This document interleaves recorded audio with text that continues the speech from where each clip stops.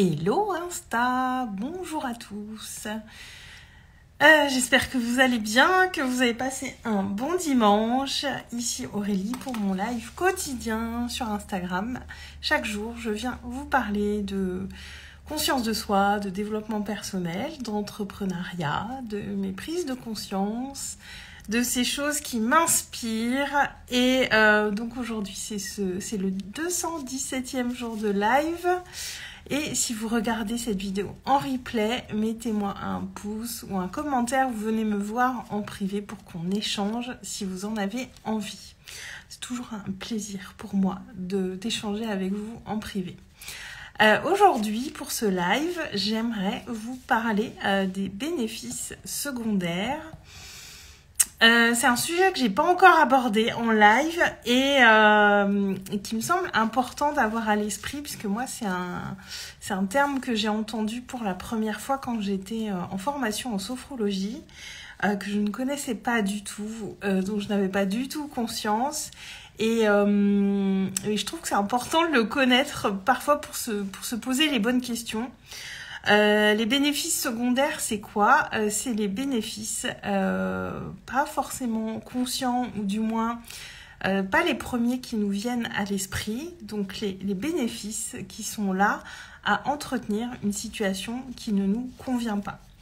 Et des bénéfices secondaires, il peut y en avoir beaucoup. Et les bénéfices secondaires, c'est ces choses qui nous poussent à entretenir des choses qui nous limitent, qui nous empêchent d'écouter la voix du cœur, qui nous empêchent de passer à l'action dans ce qu'on désirerait créer et qui peuvent aussi nous enfermer dans des situations qui ne nous conviennent plus. Je vais vous donner quelques exemples de bénéfices secondaires, notamment une situation que moi j'ai longtemps entretenue. Pendant longtemps, je me refusais à demander de l'aide. Je détestais demander de l'aide. Je le disais, je le revendiquais même. Et pour moi, c'était une marque d'indépendance. C'était une marque un petit peu, c'était un petit peu comme ça que j'exprimais une part de fierté que j'avais. Et le bénéfice secondaire que je trouvais à ça, c'est de ne pas avoir à exprimer ma vulnérabilité. Parce que pas demander d'aide jamais ou de conseils, c'est ne pas oser se montrer vulnérable. Parce que c'est pas évident de se montrer vulnérable. Et voilà, je pense que c'est un bénéfice secondaire que j'ai entretenu assez longtemps. Et on peut avoir des bénéfices secondaires dans plein de situations. Je pense que toutes les situations qu'on entretient et qui ne nous conviennent plus, il y a toujours un bénéfice secondaire derrière.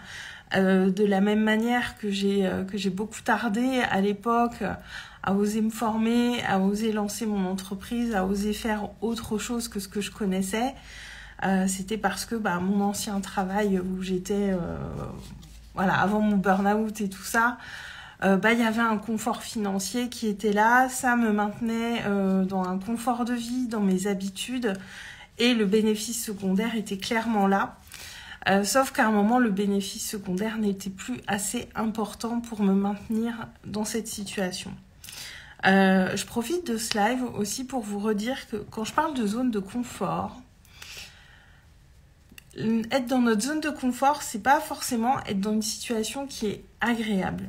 Notre zone de confort, c'est notre zone où on est dans des choses qu'on connaît, où on est dans des choses qui nous procurent un sentiment de sécurité ou un pseudo-sentiment de sécurité et où on est dans des choses qu'on connaît. Mais une zone de confort, quand on parle de zone de confort, ce n'est pas forcément agréable. C'est simplement quelque chose qu'on connaît et dont on a peur de sortir et on se maintient dans cette sécurité de ce qu'on connaît, mais ce n'est pas parce que c'est zone de confort que c'est agréable. Le confort, c'est ne pas oser aller vers des choses qu'on ne connaît pas. Mais le confort n'est pas forcément agréable. Et j'insiste là-dessus parce qu'il peut y avoir une connotation... on peut assimiler le confort à quelque chose d'agréable. Et je voulais insister là-dessus. Parfois, on va entretenir des zones de confort dans des situations de notre vie qui nous conviennent plus du tout, qui nous rendent même malheureux, mais c'est notre sécurité, on est dans ce qu'on connaît. Et ça va un petit peu, enfin ça va vraiment avec les bénéfices secondaires qu'on a dans une situation.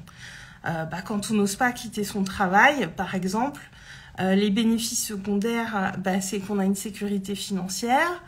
Les bénéfices secondaires, c'est de ne pas avoir à prendre ses responsabilités pour créer autre chose par soi-même ou aller vers l'inconnu.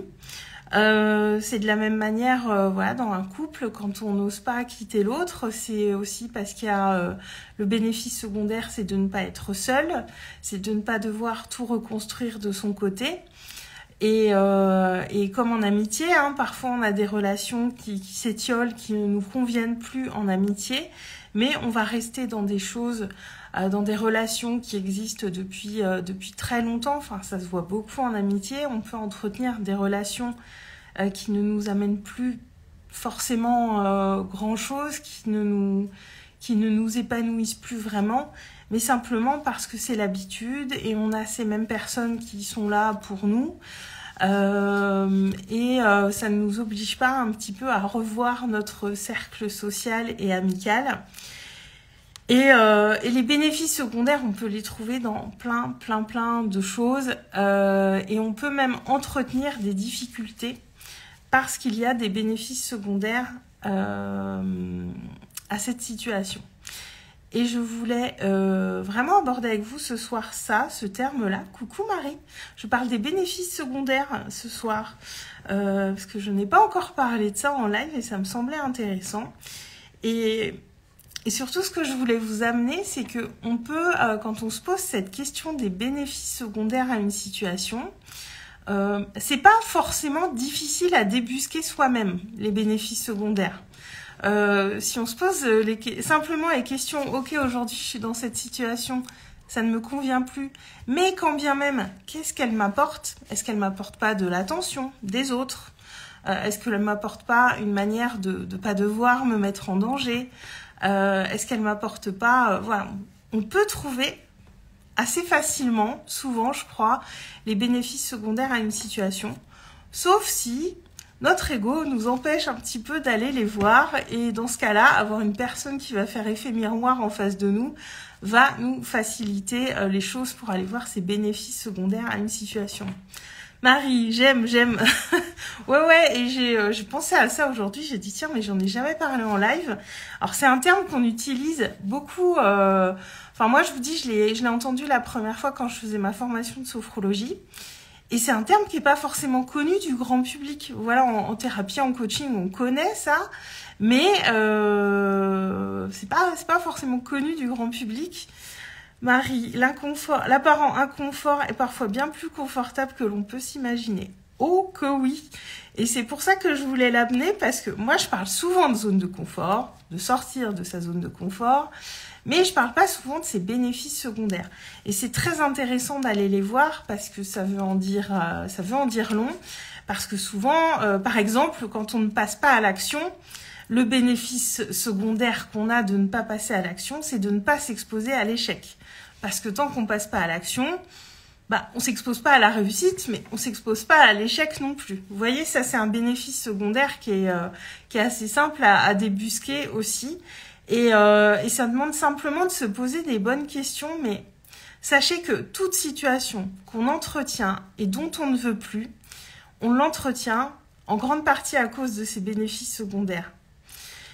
Et est-ce qu'ils valent le coup, ces bénéfices secondaires? Parce que tout est question d'équilibre, et est-ce qu'on veut entretenir ces bénéfices secondaires ou est-ce qu'on n'en veut vraiment plus? Est-ce qu'on est prêt à se séparer de ces bénéfices secondaires?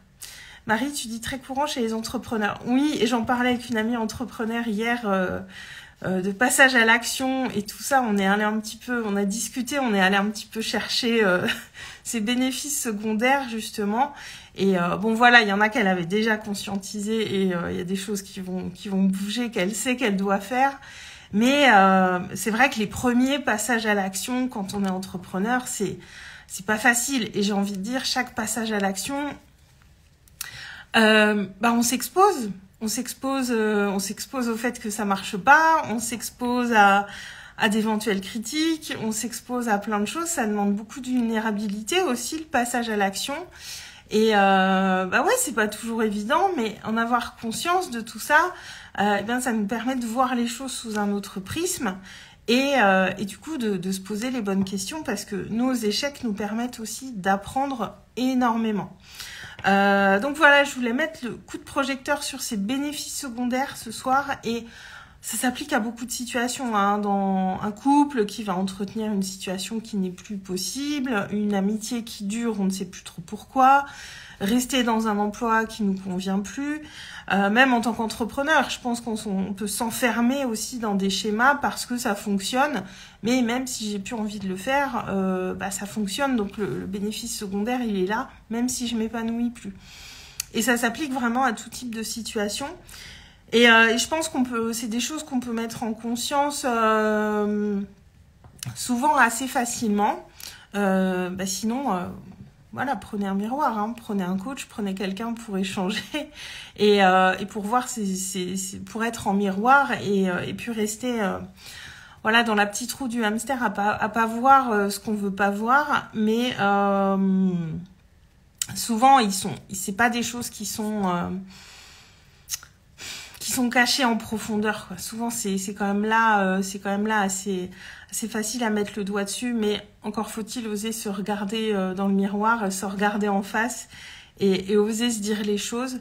Mais en tout cas, savoir que ça existe, comprendre quels sont nos bénéfices secondaires à une situation, ça peut vraiment nous aider justement à sortir d'un schéma limitant. Parce que le problème de ces bénéfices secondaires, c'est qu'ils vont nous amener à entretenir ces choses qui nous limitent et qui nous empêchent d'aller vers cette voie du cœur, vers ce qu'on a envie de faire, vers ce qu'on a envie de vivre, vers qui on veut être, en fait, tout simplement.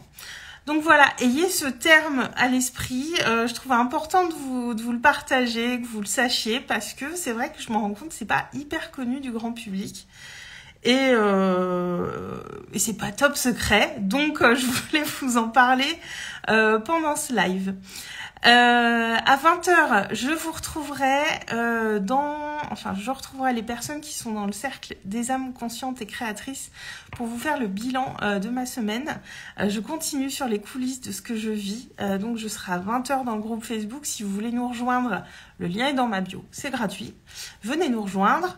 Et donc je ferai le bilan off de la semaine, des choses que je ne partage pas forcément ici. Et puis je vous prépare le lien rapidement pour le coaching Oser les lives.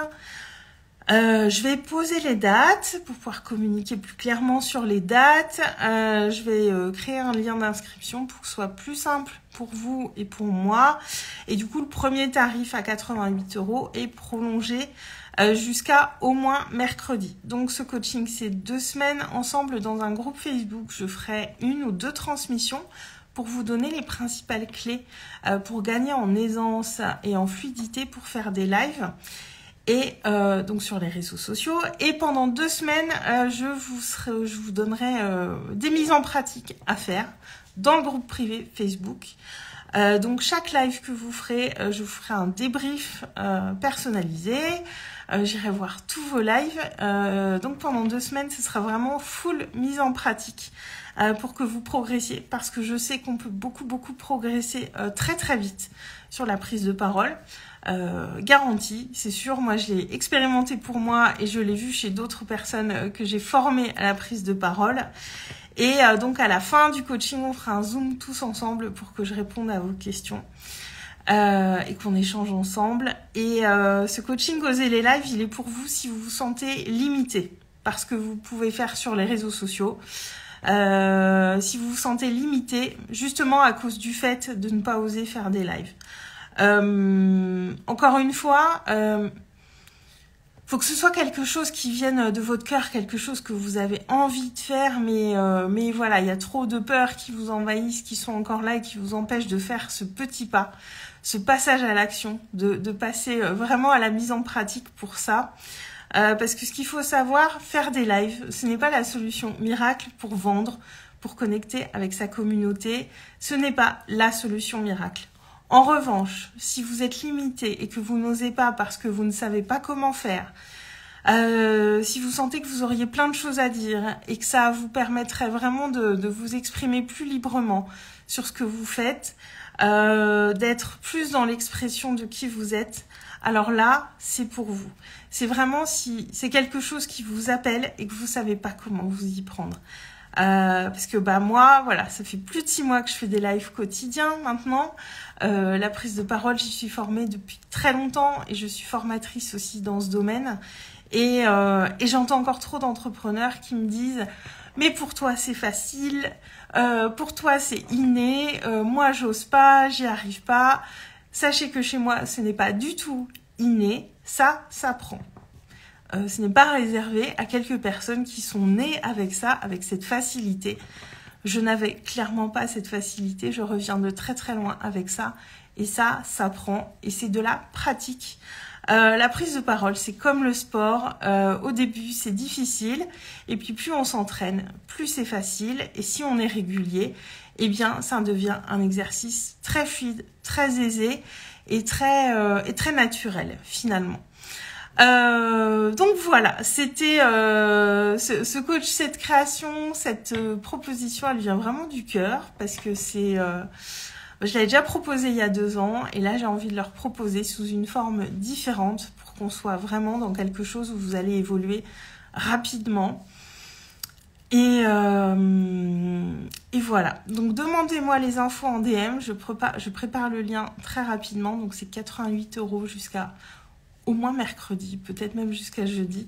Et ensuite, ça passera à 111 € et on démarre fin février ou début mars. Je fixe très bientôt les dates et je vous tiendrai au courant.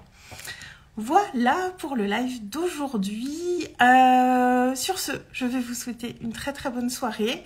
Je vous dis à tout à l'heure si vous nous rejoignez dans le cercle des âmes conscientes et créatrices sur Facebook où je serai à 20 h. Et sinon, je vous dis à demain pour le live du jour. Je vous embrasse. Très belle soirée. Ciao.